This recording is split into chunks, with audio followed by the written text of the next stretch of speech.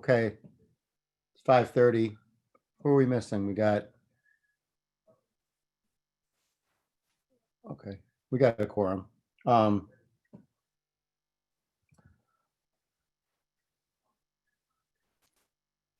Let's call the meeting to order. It's 5:30. It's the Personnel and Policy Ad Hoc Committee meeting. Just say present if you're here. Fred Westcott. Dave Kelly. Here. John Butita. Dorothy Red. Angie Goro. Present. Joe Hoffman. Present. All right, we do have a quorum. Mr. Chapman, is there anybody here for public comment? No. Okay, we'll skip that. Okay, so what the business at hand today is to just finalize this policy. You should have all received a copy of that. Let me switch over.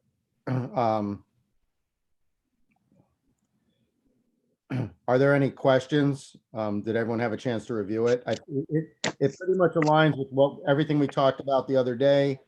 The only difference is we weren't clear on the last time. Mrs. Goro was right that everything had to run through personnel and policy. So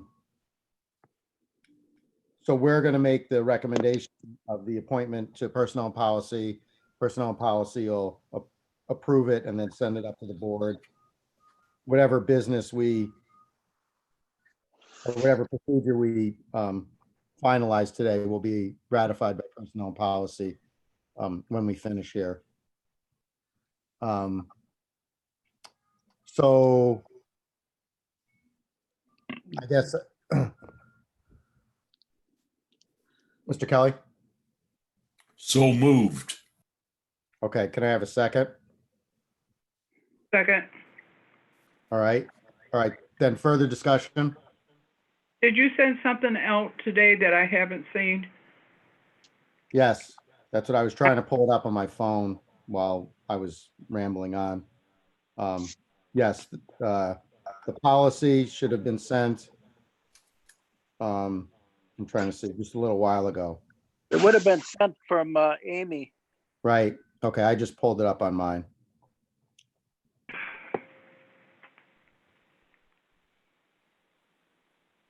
Do you have access to it, or do you want me to just read it through it real quick? I'm looking for it right now. Let me see, because I'm sorry, I haven't been home today and I've had other things to attend to. No, I understand, and this came out late. Okay. Paul, I would just go ahead and read through it. I mean, there's really not a lot to it. That way everybody. Let's do that, so I'm not wasting all the. Okay. Would appreciate. So what the resolution has in it is a schedule for the meetings. The procedures as follows. During the week of June 22nd to June 26th, the appointed department head shall attend a meet and greet session with each finalist.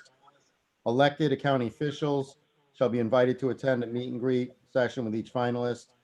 County board members who are not members of the Personnel and Policy Ad Hoc Committee will be scheduled to attend the meet and greet sessions with each finalist. After each meet and greet session, participants will complete an evaluation sheet for review by Workplace and the Personnel and Policies Ad Hoc Committee. The Personnel and Policy Ad Hoc Committee will conduct we will observe an interview of each finalist.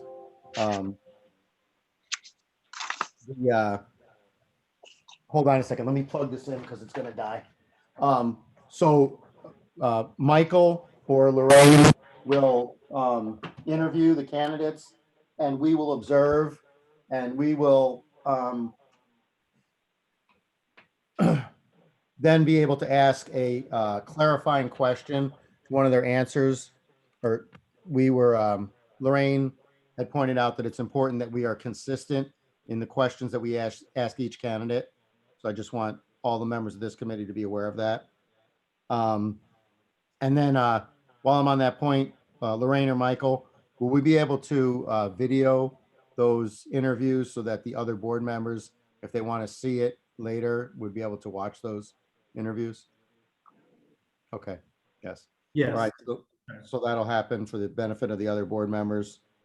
And then the Personnel and Policy Ad hoc Committee will make a recommendation for appointment as county administrator to the Personnel and Policies Committee. The Personnel and Policies Committee will recommend to the full county board that a conditional offer of employment be made to the finalist chosen. I believe it's conditional because the final screening can't be done until an offer is made, right? Correct. You're on mute, Lorraine.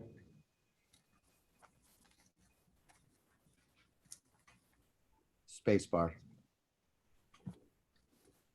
Michael, go right ahead. Yeah, yes, it's conditional upon any of the criminal background and then any of the salary negotiation. Okay. And then the county board shall approve the conditional offer. So that's the resolution. And then on the page following that, you'll see that there's the schedule for meetings with the candidates. This committee will be observing these interviews on 10 a.m. June 23rd, 10 a.m. June 25th, and 10 a.m. on June 26th. And we're going to conduct those interviews in room 301, or are we doing them some other location? Did we decide that? I see. We've Excuse me. arranged the meet and greets at Nordloff, unless you'd like to have them at the county, but we certainly can use your property for the interviews, I think. Well, yeah, I guess I don't have a preference, just whatever is most suitable and will work the best. Mr. Chapman. Chairman, may I ask a question? At Sure. Nordloff, how much are we paying to utilize those 3 mornings? Michael, have you talked with them? I have not heard back from them. I mean, I've had one call back, but we've not finalized. But they will be charging us a fee, am I correct? Mrs. Gorel, that's not certain. When Dick gave the building to the library, he gave, I think it's 2 or 3 times a year that the workplace should be allowed to use it. And we certainly will speak to that. So I'm hoping there'll be no charge because we haven't used it yet in 2020. Because if there is going to be a charge to anyone, we should probably use our room 301, especially if we want to have our IT record all that for our members.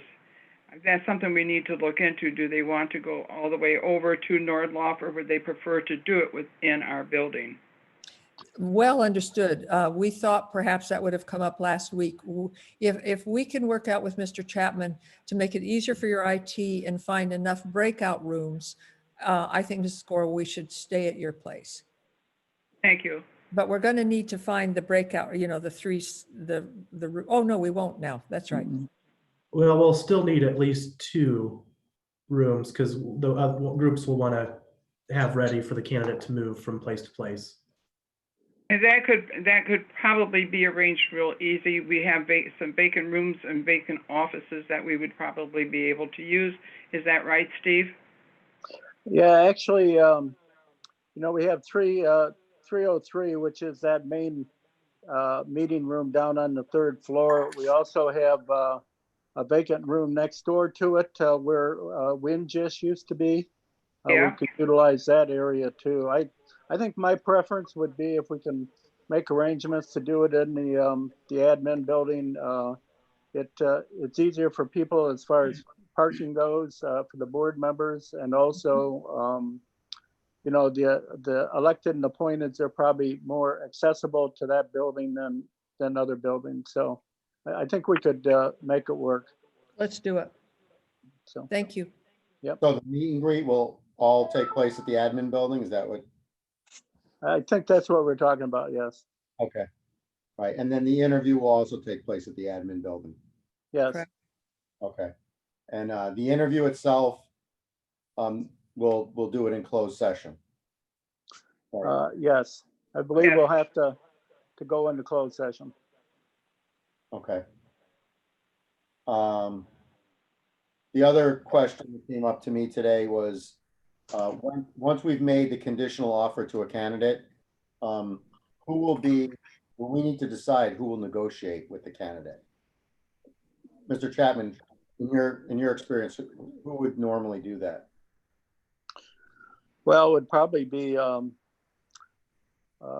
the chief administrative officer, and I believe workplace was going to assist in that function also. Okay. So, Yeah. I mean, based on the parameters that we kind of set forth as far as salary and all the other issues that may be out there. Should our, excuse me, but shouldn't our, oh goodness, shouldn't Joe Hoffman and Keith McDonald be there also? Since they're the chairs of our caucus? Mr. Hoffman, you have an opinion? I'm leaving it up to you guys. If you think that's what we need to do, that's fine with me. I don't know about Keith. Excuse me, Joe, you have done this before for several, you and Keith, or you and, as it used to be, Boomer, attended these meetings as our representatives caucus chairs when you're doing this for negotiation.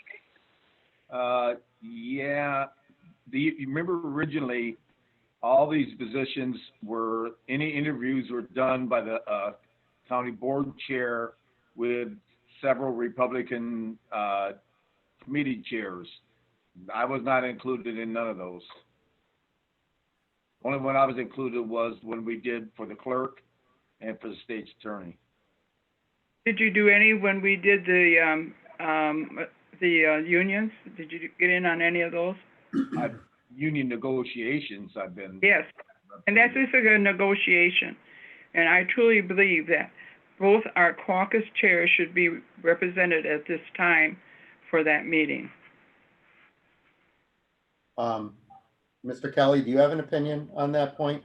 How did you handle it at the school board?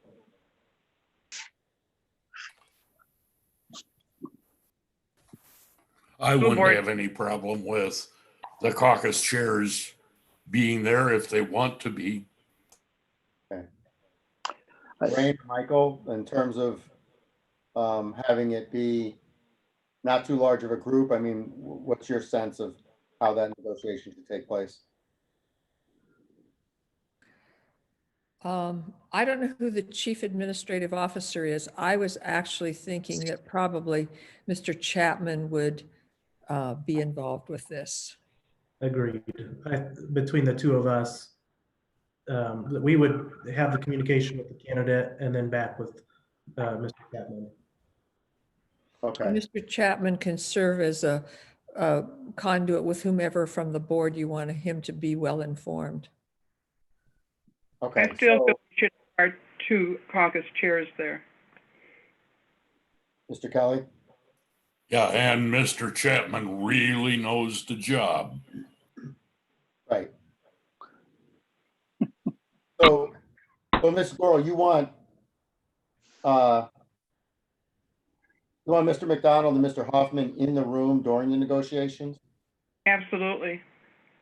Right. The only difficulty might be that Well, Mr. McDonald's schedule might not accommodate that during business hours. Then he can send a representative for himself. Mr. Chapman, you wanted to weigh in? yeah, I mean, I don't know if we're gonna necessarily be doing it across the table or across the phone or however it goes. I think, depends upon when decisions are made, et cetera. Obviously, we would probably want the state's attorney's office to be involved also. So, True. You're absolutely right there, Steve. So, I think that Michael can share with Mr. Chapman if someone is different. So I think that Mr. Chapman and Michael can have a conversation about the offer that is to be extended. I think there's a strong possibility that we can extend an offer and it be accepted. I don't think this is going to get to be very heavy negotiations. Michael, am I reading the candidates wrong? But we never know what will end up happening, but I would hope that would be the scenario. That we have got a good handle on what they're seeking, so that the first offer that's presented, a written offer, is accepted. Or close? Right. I still feel we should have some representation there. I'm sorry. And our state's attorney should be there. You're representing 20 people. And this is government. It's a little bit different. We have a lot of people to account to. And we truly need, if possible, both of our caucus people there and our state's attorney. Steve is fantastic. Steve will be probably the leader in this. But in the meantime, if there's questions to be answered or asked, they will be there in advance. So when they take this to the floor, they have all the questions, answers, because they're going to be present. It's a matter of having a backup insurance is what it is. Well, Ms. Girl, if I can make a suggestion, what if we allow Mr. Chapman and Michael or Lorraine to present our initial offer and see what happens, and then if there's a need for further negotiations, we'll circle back and decide exactly who can participate in that. We'll, reach out to Mr. McDonald and Mr. Hoffman. Mr. Chapman, go ahead.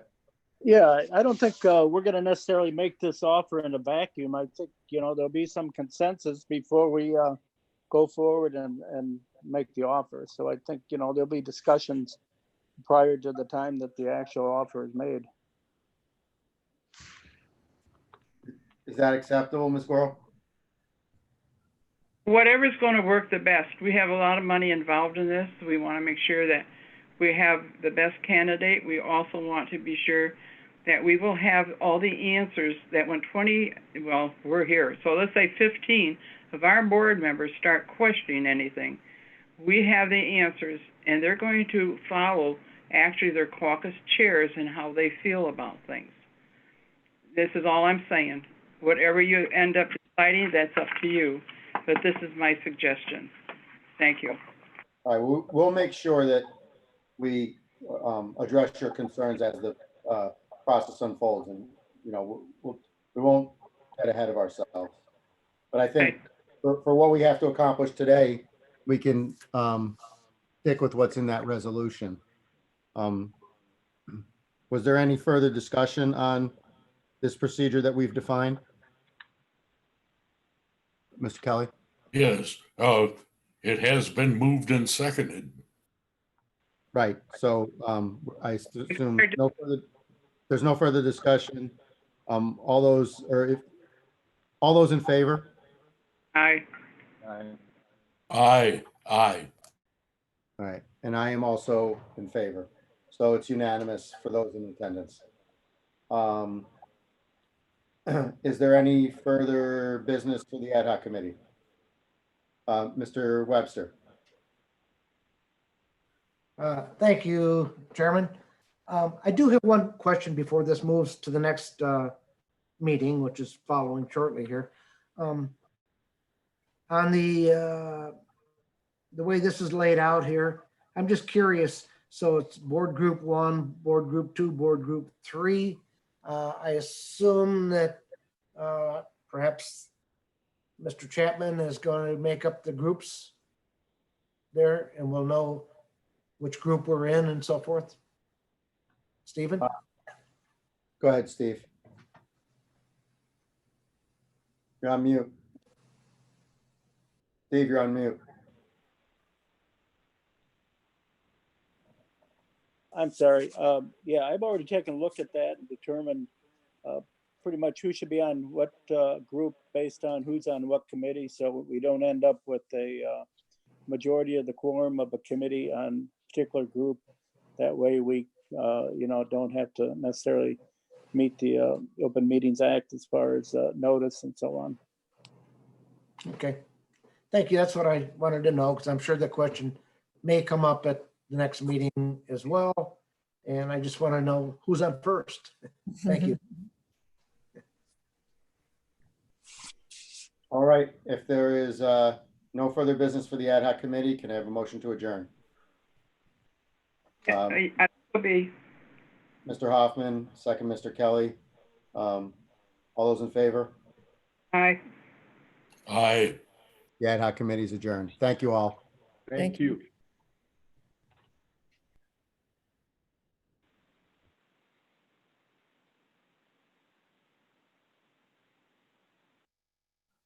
So is there a quorum here for personnel and policy? Yes, there is. Okay, We have Angie, Joe, Jim, and Dave Kelly. So we have a quorum. If you don't mind, if Mr. Fiducia is not here, which it appears he's not, if you don't mind, I'd just like to be the alternate and do it. Alternate, I don't know what you call it, chairman, Yeah, whatever. acting chairman. Acting. Thank you, Stephen. Fine with me. You okay with that? I am. Oh, I'm okay with it. okay. Angie, you okay with that? Hello, Angie. That's good, Jim. No Okay. problem. All right, thank you. I'd like to call the meeting to order then, policy and procedures. And so I'm here, Joe Hoffman, President, Angie Goro, Present. Dorothy Red, David Kelly. Here. Okay, we have a quorum. So what we have on our agenda is what you just heard from policy and procedure. We all heard the same thing. And, any discussion on moving that forward? So moved. So moved by Mr. Kelly, second by Mr. Hoffman. Any discussion on this? Any more discussion on this? Okay, going once, going twice. All in favor of approving this resolution as it came before us? Aye. I'm just reading it right now. Have all of you read it? Yes, I am. Yes. All right, yes. Okay, so we had a motion and a second, and all in favor, once again? aye. Aye. Aye. Okay, sounds like it's approved unanimously, I believe. Stephen? Yeah, Mr. Chairman, we probably should indicate, ask if there was any public comment. That's on the agenda also. So we just need to go through the procedure. So Yeah, I'm there is sorry. none, but to just ask. Okay, is there any public comment for this meeting, Steve? No. Thank you. For the record. Okay, well, we approved that unanimously. We got our work done. Any more discussion or we'll move to adjourn? Anyone? Yes. Move Motion to adjourn. Move to adjourn by Angie, second by David Kelly. All in favor? Aye. Aye. Aye. Thank you. Good night. You run a meeting.